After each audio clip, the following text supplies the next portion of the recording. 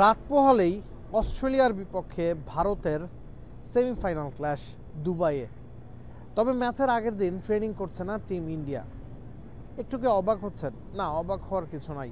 যেই দলটা একেবারে শুরু থেকে একই মাঠে খেলছে, একই স্টেডিয়ামে অনুশীলন করছে, একই ধরনের খাওয়া খাচ্ছে, একই হোটেলে আছে, কোনো ধরনের ট্রাভেল করতে হচ্ছে না, তাদের শেষ চারের লড়াইয়ের আগে মাঠে নিজেদের আরও একবার ঝালিয়ে নিতে হবে এমনটা খুব একটা অত্যাবশ্যকীয় না। তবে অস্ট্রেলিয়া তারা বিপদে আছে। তারা ভারতের বিপক্ষে সেমিফাইনাল ম্যাচের আগে যথেষ্ট বিপদে আছে। শুধু অস্ট্রেলিয়াই না, নিউজিল্যান্ড এবং সাউথ আফ্রিকা সেমিফাইনালে ওঠা বাকি দুইটা দলও বিপদে আছে। কি কারণে? কারণ অস্ট্রেলিয়া সাউথ আফ্রিকা দুটা দলই দুদিন আগে দুবাইয়ে এসে বসে আছে যে তাদের বিপক্ষে কে সেমিফাইনাল খেলবে। সেটা নিশ্চিত হয়ে গেছে যে অস্ট্রেলিয়া ইন্ডিয়ার বিপক্ষে খেলছে। নিউজিল্যান্ড এবং সাউথ আফ্রিকা দুটা দলকেই তাই আবারও পাকিস্তানে ফিরে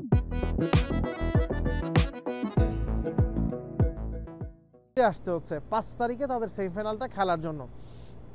তার আগে নিজেদের ঝালাই নেওয়ার মতো সময় কি তারা পাবে? আজকে ট্রাভেল করে আসবে, এসে পরের দিন তারা অনুশীলন করতে পারবে, এর পরের দিনই ম্যাচ খেলতে হচ্ছে। একমাত্র ভারত এই হাইব্রিড মডেলে চ্যাম্পিয়ন্স ট্রফিটা খেলার কারণে সব দলকেই বেশ ঝক্কির মধ্যে যেতে হচ্ছে।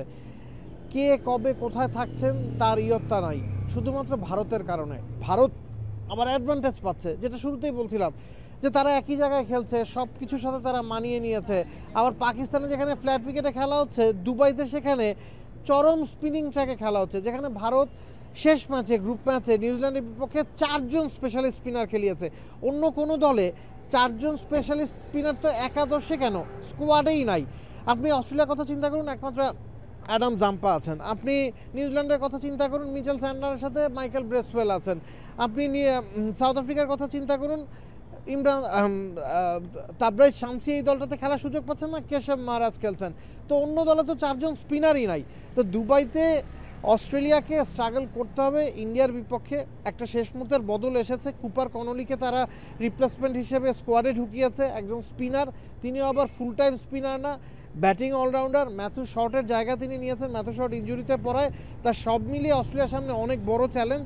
এবং আজকে তারা অনুশীলন করতে নামবে 2 ঘন্টার জন্য একাডেমি মাঠে এবং মাত্র 1 ঘন্টার জন্য মূল স্টেডিয়ামে। এটাও আসলে অবাক করার মতো বিষয় যে ভারত যেখানে অনুশীলন করেই যাচ্ছে সেখানে অস্ট্রেলিয়াকে একাডেমি মাঠে 2 ঘন্টা অনুশীলন করে এরপরে মাত্র 1 ঘন্টার জন্য মূল স্টেডিয়ামে অনুশীলন করতে হবে।